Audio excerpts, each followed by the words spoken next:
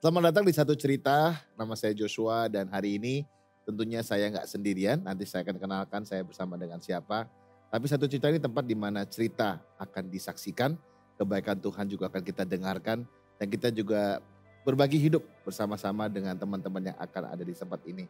Dan jika Anda ingin berbagi cerita atau ingin kita doakan, boleh isi di link tree di bawah ini atau klik di sini dan kita akan mau mendengar cerita Anda dan mau mendoakan bagi Anda semua. So hari ini tentu gak sendirian, tadi saya udah bilang saya ditemani oleh Bapak Hartadi dan Bapak Frans. Koko mungkin ya. Koko Frans. Apa kabar? Oh Frans. Panggilnya? Bro aja. Bro Hartadi. Well thank you udah join hari ini. Kita langsung aja ya ke cerita kehidupan mereka karena saya udah dengar dari minggu kemarin dan interesting sekali dari minggu ini cepat sekali ya. Cepat banget. Kita udah bisa bagi-bagi hidup. Mungkin saya mulai dengan Frans. Ya. Kamu gimana caranya bisa kenal sama Bro Hartadi? Yang ini sudah married, kita sama umurnya. Yang ini muda sekali. Kok bisa connect dan deket banget? Coba boleh cerita Bro. Jadi aku itu pertama kali ini ya putus ya. Saya kenal Kohar tadi itu udah lewat acara FGB MFI. Oke. FGB Man. Di sana itu ceritanya panjang, berawal dari putus. So FGB MFI itu Full Gospel Businessman Fellowship yang ada di Indonesia, betul. dan di luar negeri juga ya. Iya betul. Dan pertemuan di sana. Oke, lanjut silakan. Nah pertemuannya itu panjang. Awalnya aku putus cinta. Iya putus cinta. Saya putus. Pacaran saya 7 tahun. Saya Wow. udah beli cincin dan kita lagi lihat rumah. Memang ini udah serius banget. Pas saya beli cincin pertama kali saya booking, saya berdoa dong. Karena aku mau meyakinkan ini 7 tahun kita pacaran. Wow. Saya berdoa ke Tuhan kalau ini jodoh dipermudah, kalau enggak ya langsung break gitu, langsung tutup semuanya. Tuhan baik ya. Yeah. 5 hari dari aku berdoa rutin. Jarang banget aku berdoa. Pas berdoa putus. Wow. 5 hari saya berdoa, lagi lihat rumah, udah booking cincin, kita di mobil, salesnya di luar. Dia ngomong bener-bener intim, Frans kita kayaknya udahan dulu. Hah? Wow. Gak ada alasan. Aku sampai gak percaya dari situ. Dari situ aku kayak ngerasa kayak ini gimana nih? Jadi nyesel doa gue. Jadi dari situ gitu? Dari situ aku kaget sampai kapan kita sendiri-sendiri dulu. Dia bilang selamanya. Dari situ aku udah kayak kecewa banget. Akhirnya singkat cerita putus. Cincinnya saya jual. Cincinnya dijual? Cincin saya jual. Saya jadiin kamera. dari situ udah mulai galau ya. Saya bangun siang selalu berantakan, kerjaan berantakan, semuanya hancur. Sampai satu ketika saya main dating apps. Iya. Ternyata saya cukup laku. Saya ketemu sama, jadi dating apps itu dia bakal track by lokasi ya. Yeah. Aku lokasi Jakarta. Kebetulan yang saya kenal itu tinggalnya di Batam. Tapi dia premium jadi dia bisa connect ke Jakarta. Oke. Dan waktu ngobrol-ngobrol karena hidup saya hancur, dia bilang coba deh yoga gitu ya. Yeah. Supaya bisa bangun pagi gitu ya. Yeah. Oke, dari yoga pertama udah malas juga yoga karena apa ya, itu cewek semua kan. Habis itu oke lah ya udah dipaksa yoga, aku yoga. Di yoga itu saya datang paling pagi, saya bangun jam 5, berangkat nyampe jam 7 gitu ya. Itu udah satu yang gila buat saya juga. Iya. Di situ aku ketemu itu tidur siang itu berapa lama? Maksudnya bangun siang itu over a period of berapa lama? Setelah putus itu? Hampir 3 bulan ya. Oh, lama juga ya. Kacau-kacauan ya. Kacau-kacauan banget. Oke, balik ke state hancurnya. Maksudnya soal itu go back. Tapi hancurnya tuh kayak gimana kalau? Saya putus dari dia itu bukan hilang pacar, tapi hilang temen kan. Jadi saya terus mencari siapa yang bisa saya ajak ngobrol. Oh. Jadi terus kayak nggak mau berhenti lah buat cari-cari orang terus. Ya salah satu cara lewat dating apps ya. Jadi ketemu teman ngobrol jadinya. So jadi setelah mencari 3 bulan all over the place, and then you found yoga, you found this someone yang introduce to yoga untuk motivate bangun pagi lah. Iya, motivate bangun pagi. Nah di yoga aku ketemu yang namanya Ko Rudi. Saya nggak tahu dia siapa. Rudi. Iya, namanya Ko Rudi. Saya nggak tahu dia siapa. Yang pasti dia cowok sendiri. Iya, saya tadi kan bilang cewek semua. Saya kaget, oh ternyata saya bukan cowok satu-satunya ya. Dari situ saya cuma bisa ngobrol sama dia. Iya. Singkat cerita 2-3 kali pertemuan, dia ngajakin saya makan pagi. Dan saya baru tahu dari dianya langsung kalau dia itu jarang banget ngajakin orang makan pagi. Di saat itu dia ngajakin 3 orang. Iya. Dan cuman saya yang bisa ikut. Iya. Udah saya diajakin, saya masih rese gitu ya. Terus nanti makan pagi ya? Oh bentar kok, saya mandi dulu ya. Oh iya. Kan laku tadi kan soalnya kan. Iya, Jadi harus. saya mandi dulu. Di sana dia nunggu setengah jam loh. Nunggu setengah jam di mobil dia duduk santai. Saya kaget, oh ini orang beneran tungguin ya gitu ya. Iya. Padahal dia orang sibuk. Iya. Ya singkat cerita makan di sana dia ceritain kalau nanti ada acara di Batam. Acara seminar. Jadi memang itu klop banget ya antara saya ketemu perempuan, lanjut ke yoga, ketemu ke Rudi ya. Di situ acara H-3 acara nih. Saya bilang, oh ini gila, nggak bisa ini. Yeah. Dalam hati saya. Habis itu singkat cerita saya pikir-pikir dulu ya. Besoknya ketemu lagi, kebetulan saya bangun pagi, dia juga datang paling pertama, 20 menit. Jadi kita punya waktu buat ngobrol. Frans gimana, jadi mau ikut gak? Oh, minta brosurnya kok. Kalau enggak saya bilang apa ke mama kan. Iya. Terus di situ dikasih brosur, muka dia pertama. Ini. Oh jadi itu acara dia? Acara James gue sebenarnya, seminar. Oke. Cuman FGB yang buat. Wow, oke. Nah itu ada muka dia juga, dia sebagai speaker. Di situ. Iya, jadi saya bilang, ini orang gila ini. Saya berangkat kalau saya bilang, karena ada dia kan. Iya. Kebetulan yang bikin saya juga pengen karena saya ada kenalan yang di Batam. Jadi udahlah sekalian gitu ya. Nah singkat cerita ketemu di sana, nah di situ ketemulah seluruh anggota FGB termasuk Ko Hartadi. Di situ luar biasa ya. Saya ketemu Ko Hartadi, ngobrol banyak. Ko Hartadi itu pendengar yang baik lah. Iya. Ya, jadi curhat banyak ya. Dari situ cocok. Ko Rudi bilang kalau kita itu nanti kamu masuk Komsel ya. Dibawa Ko Hartadi di Neopuri. Saya bilang ya ayo, saya kan juga jomblo ya. Jadi ayo aja ya. Masuk chapter. Habis itu dari situ udah berapa kali pertemuan.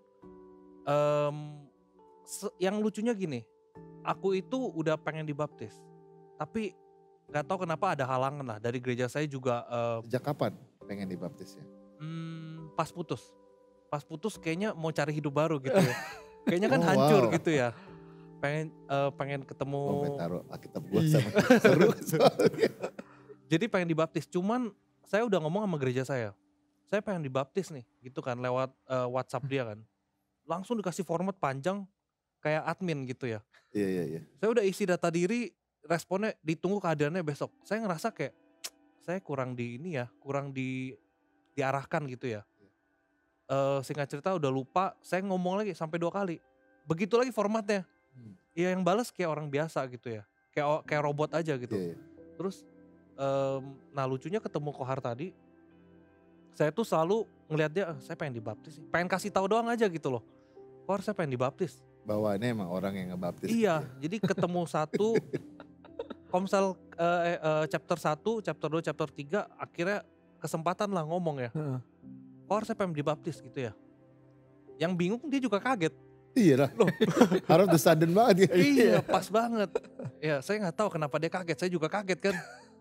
Besoknya begitu udah cerita, dia langsung ajakin saya ketemuan. Kita ngopi bareng di adalah tempat kopi ya. Habis itu dari situ dia cerita kalau dia ternyata pembaptis. Banyak baptis bro. Banyak baptis lah. Jadi saya juga I wanna hear the story after this. Okay. Jadi ya saya kaget juga ya. Niat saya kan cuma mau kasih tahu saya mau dibaptis lewat gereja Kohar. Ternyata dia yang baptis langsung gitu ya. Jadi luar biasa, aku di situ langsung didoain. Nah singkat cerita itu waktu itu tanggal 12 ya kira-kira. Kita ketemu chapter 11 dan kita meeting berdua 12 Desember kan? Bukan, Januari bro. Oh baru banget. Baru banget. Iya baru banget. Jadi 12 Januari ini. Dan lucunya saya tuh taunya kalau di baptis itu ada proses ya lama ya. Ya udahlah gitu ya. Dia milih, Kohar tadi yang milih tanggal. Pas dia tentuin tanggal, dia pilih 16. Itu H-1 ulang tahun saya. Wow. Jadi gak tahu gimana, ini kok kayaknya kayak diatur gitu ya. Dari saya dari awal putus sampai ketemu Kohar tadi, kayaknya semua diarahkan gitu ya. Iya. Sampai baptisnya aja 16 gitu ya. Iya, 17 ulang tahun saya. Iya. Jadi Pas 17 tuh benar-benar hidup baru. Iya, betul bro. That's beautiful, man. Bener, beautiful betul. Jadi 16 itu kebetulan juga kayak, wah aku nggak ngerti deh. Tiba-tiba ada tempatnya, ada pendetanya, ada semuanya, dan ready. Itu sama Pastor Ando kan? Pastor Ando. Iya. Betul. Jadi ya luar biasa sekali ya. Dari situ banyak sih perubahan. So this is this side of the story. Yes. What about this side of the story? And my side of the story itu juga unik. Saya mulai ceritanya karena dari dia minta baptis ya. Iya. Buat saya waktu dia minta baptis ngomong sama saya kaget juga. Duh, Tuhan, kenapa out of many people dia datang ke saya? Iya. Ternyata saya punya journey sendiri, bro. Jadi dan Nah, Tuhan ini. bilang journey-nya gini. Kamu kan selama ini nanyain, ya, 17 years saya pelayanan dan Tuhan panggil saya pelayanan ke marketplace dan ke anak-anak muda, dan Tuhan kasih tandanya saya di Full Gospel Businessman Fellowship. Right. Tapi saya punya question sama Tuhan. Oke, I can reach more people. Right. Menjangkau banyak ikan di situ yang belum kenal Kristus. Tapi bagaimana tentang baptisannya Tuhan? Iya. Dan di hari itu Januari Tuhan kasih dia klik. Kohar, aku mau baptis. Bro, aku percaya itu bukan karena kita. Iya. Tuhan kasih jawaban, ini loh jadi objek penderitaanmu. Iya. jadi objek pemberitaan ya. Jadi objek pembuktian gitu loh. Iya. Saya gak pernah menginjili dia. Tidak pernah bercerita tentang keselamatan. Tapi ini orang tuk. Saya percaya itu Roh Kudus. Betul. Yang menjamah hidup dia. Mendorong dia. Dan udah mateng dulu. Dan kita cuman memberitakan aja. Iya. What is Christ? Iya. And what is salvation? Iya. Dan makanya waktu itu hari tanggal 12 besokannya saya bilang, saya punya waktu jam 4, yuk kita ketemu. Akhirnya di situ cuma tugas saya untuk memberitakan kabar baiknya. Ini loh yang beberapa waktu itu kamu digelitik sama Roh Kudus about baptism, dan ini loh the news of salvation, right. And Christ is the only way. Ya kan? Dan habis itu ya udah di situ cerita banyak, saya cerita tentang keselamatan dan dia terima Kristus, di situ kita doakan. Dan buat saya sama Tuhan tanggal 12 itu. Dan akhirnya itu saya bilang, dan kamu sekarang tinggal declaration ya, baptisnya selam. Wow. Nah di situ. Dan buat saya sendiri bro, Tuhan jawab saya bahwa baptisan itu terus terjadi. Yang menarik, akhirnya saya telepon Bro Yusuf, teman kita di IFGF dan di Full Gospel. Terus Bro Yusuf, atlet sepeda ya dia kan ya? Dia suka naik sepeda. Bro, ini minggu lalu kita ketemu sama Pastor Ando. Nah sekarang tanya, ada anak FGB Full Gospel mau dibaptis, bagaimana? Karena saya sedang challenge sebetulnya sama Tuhan. Ada jiwa yang mau dibaptis, what is the direction of your church? Dan habis itu Yusuf cerita ke saya, bro, Pastor Ando malah tantangin, mau lo yang baptis, gue yang baptis atau dia? Saya kaget, gak banyak bertele-tele bro, enggak, gitu loh. Sida-sida aja dari Ethiopia, kalau ada air langsung dicelupin. Wow, saya bilang, Tuhan bilang, ini loh, Tuhan sudah kasih kamu itu more than a community, tapi ekosistem bro. Di situ saya ngerti bahwa iya ekosistem bro. Jadi komunitas penjangkauannya ada, terus baptismnya Tuhan kasih lagi IFGF, tempat home church untuk bertumbuh kan. Saya bilang, what are you waiting for? Just go. Dan di situ saya bilang, Tuhan tuh sebenarnya lewat Frans akhirnya menjadi jawaban buat pelayanan saya. Dan akhirnya dari situ saya bilang, I don't need 20 years to know what is IFGF. Hari ini Tuhan buktikan bahwa ya IFGF is my home church. Wow. As simple is that bro. Iya kan, karena benar-benar perjanjian baru banget, berjalan bersama Kristus, that simple. Abis itu kita grow bersama Kristus di situ. Dan waktu itu gue cuma merasa gue ketemu Pastor Jimmy Untoro juga di tanggal 16 ya. Kita ketemu. Ada satu statement yang saya dengar firman dia, khotbah dia, dan dia cuma ngomong, you are the church, we are the church. Right. Dan that is my beliefs, bro. Aku percaya eklesia. Eklesia kan X tuh dipanggil keluar, bro. Betul. Jadi it's more than a building, it's us. I built a church di dalam hidupnya Franz. I built a church di dalam hidupnya mungkin siapapun, brother-brother yang anak muda itu. Jadi waktu saya terpanggil begitu, saya bilang ini connect banget. Dan yang menariknya, saya sangat percaya namanya King Priest, Imamat yang Rajani. Dan waktu saya dengar khotbah Pastor Jimmy, betul, Pastor Jimmy sangat mengerti itu banget. Saya bilang, here we are gitu loh, in the same boat gitu loh ya kan. Dan yang paling penting adalah waktu dibilang tentang people is our mission, connect with God, and make disciples. Itu gua banget, gitu loh. Karena memang tugas saya cuma connectin doang ke Tuhan, gitu loh. People kayak Franz ke Tuhan, klik. Saya nggak, I don't mind untuk orang satu hari, Franz forget about me, because that's not the point. Tapi selama Tuhan nggak forget about me, dan selama Franz nggak forget about God, that is all the mission, gitu loh. That bring glory to God. Dan selama kita jalankan itu, I found that in IFGF juga, bro. Dan selama saya pelayanan di anak-anak muda, makin lama Tuhan tuh sharpening saya punya vision, missionnya Tuhan dalam hidup saya. Menciptakan 1000 servant leaders in the marketplace for the next generations.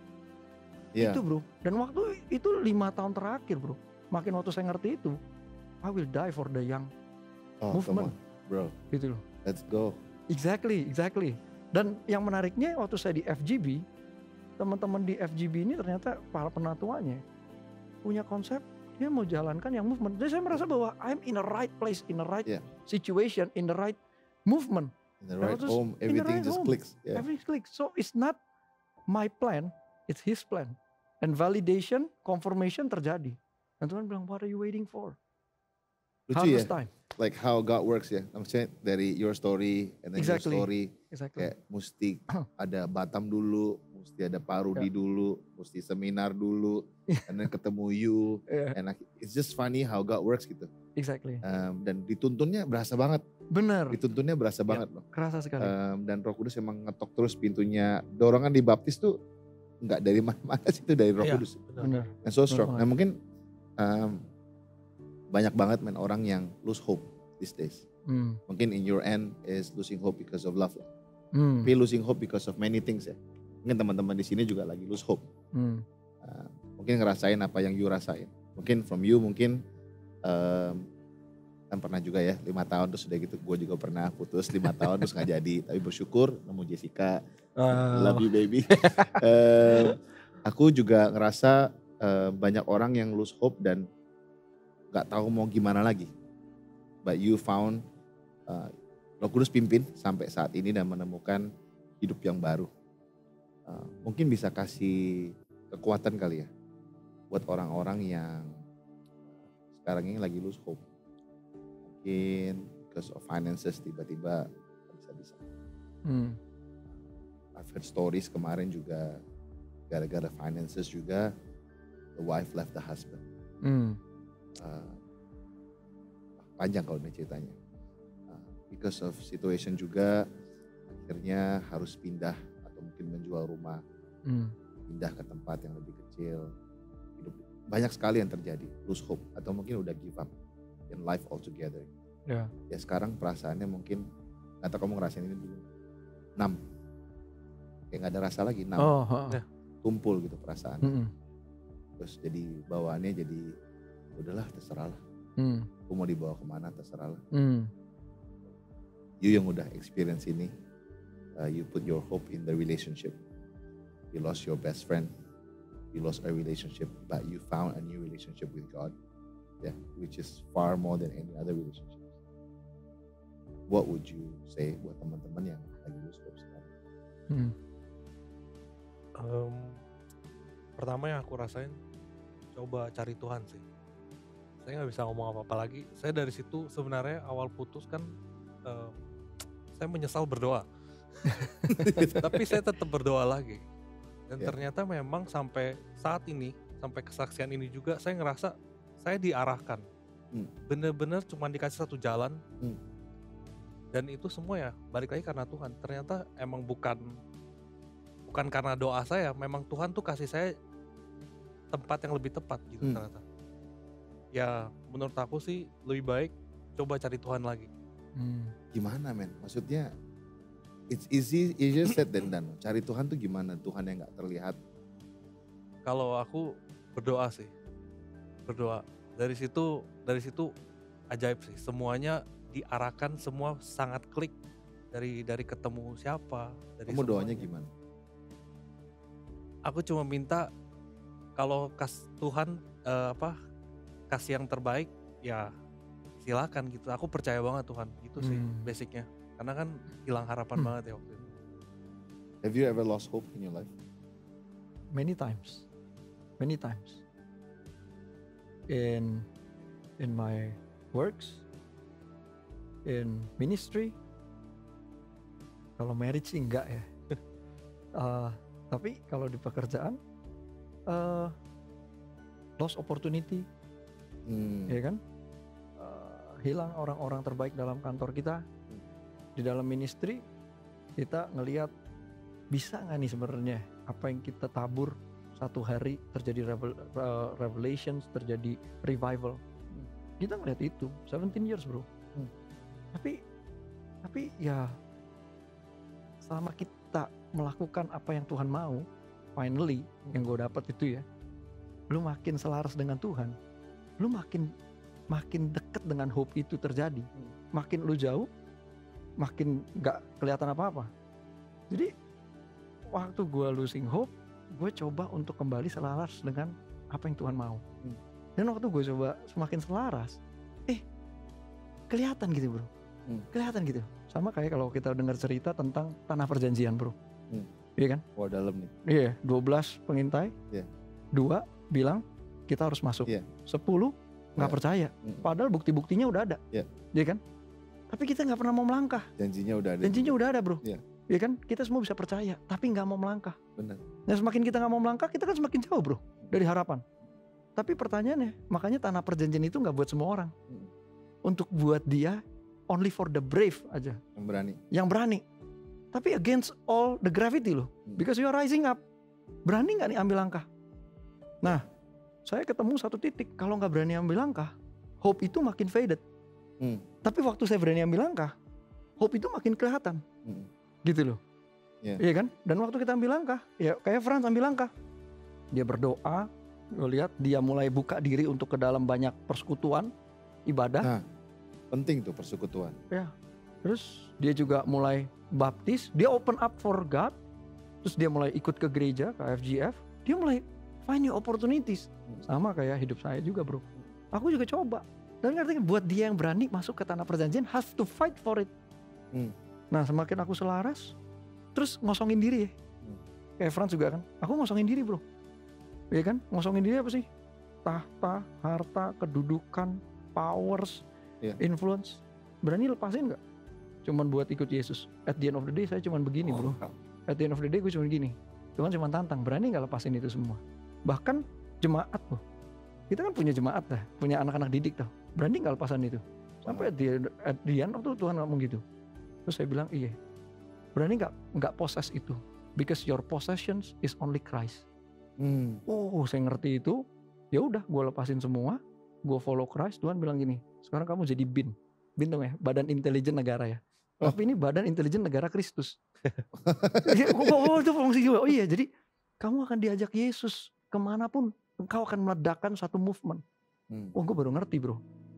Jadi there's no for settlement bro. There's always movement. Jadi kita ada di situ make impact gak? Bukan for everybody, tapi in someone's life. Karena that life akan menjadi church. That church akan menjadi church yang lain. Dan people will forget about me. But that's okay, karena itu kan kayak mission impossible bro. Dia cuma di situ untuk ngerakin sesuatu, then you move to another one. Gitu loh. Siapa lagi? Nah itu yang gue terpanggil gini loh. Kalau bukan gue, kalau bukan saya, siapa lagi? Kalau bukan sekarang, kapan lagi? Kalau bukan di sini, di mana lagi? Wow. Gak mungkin saya tunjuk, Frans, make a movement. Bro, make a movement. No. You just do it. Because God is lead all the way. Gitu loh. Dan link everything. Karena you are nothing. Ini agak something yang mungkin something prophetic gitu ya. Ya, betul. And I wanna deliver. Yes. Ini kalian berdua ini interesting. Karena yang satu fire, yang satu water.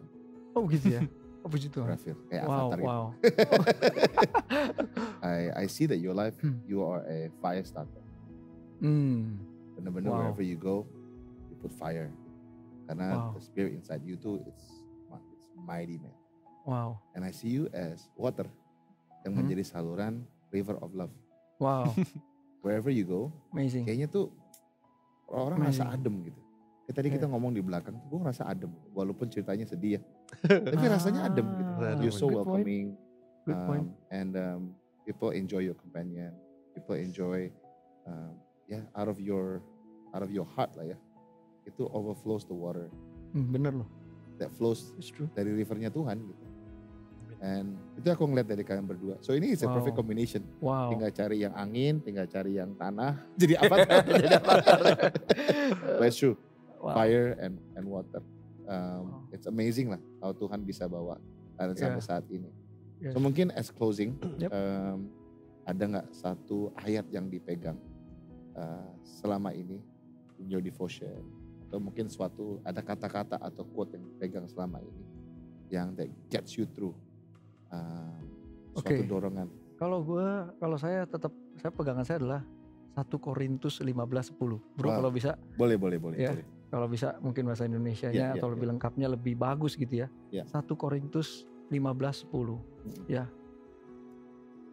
1 Korintus 15:10 mengatakan tetapi karena kasih karunia Allah aku adalah sebagaimana aku ada sekarang. Yes. Dan kasih karunia yang dianugerahkannya kepadaku tidak sia-sia. Sebaliknya, aku telah bekerja lebih keras daripada mereka semua. Tapi bukannya aku, melainkan kasih karunia Allah yang menyertai aku. Exactly, bro. Exactly. Mantap. I am what I am by the grace of God. Iya. Yeah. Bro. Aku sih intinya lebih kayak sebenarnya dari pengalaman 7 tahun, ini pengalaman pribadi ya. Jadi semua itu udah diarahin lagi. Jadi Tuhan itu baik banget. Aku yakin banget kalau putus tuh bukan akhir tapi jalan baru ya. Wow. Jadi itu buat saya sih, ya saya cuman gak sabar ya buat terus melayani sih. Jadi, wow. Mantep. Karena saya ngerasa ini saya bisa sampai di sini. Kalau ada waktu gue kasih tau cerita dia satu. Udah belum? Jadi kalau dari saya lihat ini semua tuh diarahkan, nggak masuk akal. Sampai saya terus bisa sampai di sini aja, saya kaget gitu loh. Jadi ya doalah, tetap berdoalah. Tuhan pasti kasih jalan yang terbaik sih. Iya. Ditutup dengan cerita ini, silakan. Cerita itu waktu itu kan hari tanggal 11, tanggal 12 kita ketemu penginjilan, terima Yesus. Tanggal 13 atau 14-nya saya telepon sama dia, bro, kita udah dapat waktunya hari Minggu bakal dibaptis di IFGF, bla. Terus kita ngomongin banyak hal tentang pelayanan. Dan lucunya dia makin terpanggang, terbakar. Terus dia bilang gini, kok baptis gue. segera. Nah, itu funny ya. When the Holy Spirit is there. Iya. Kick in gitu. Wow. Gila. Well, what an amazing story. Thank you. Thank you banget. Bro, tadi thank you Frans for being here. Sungguh suatu cerita, 2 cerita sebenarnya yang digabung menjadi 1 cerita hari ini memberkati kita semua. Saya percaya Anda pun juga diberkati. Kalau maybe some of you guys lose hope today. Don't. Atau mungkin ada pengharapan yang lagi hilang. Jangan. Tetap beriman, tetap punya pengharapan karena Tuhan selalu beserta dengan kalian. Sampai jumpa di 1 cerita yang selanjutnya. God bless you.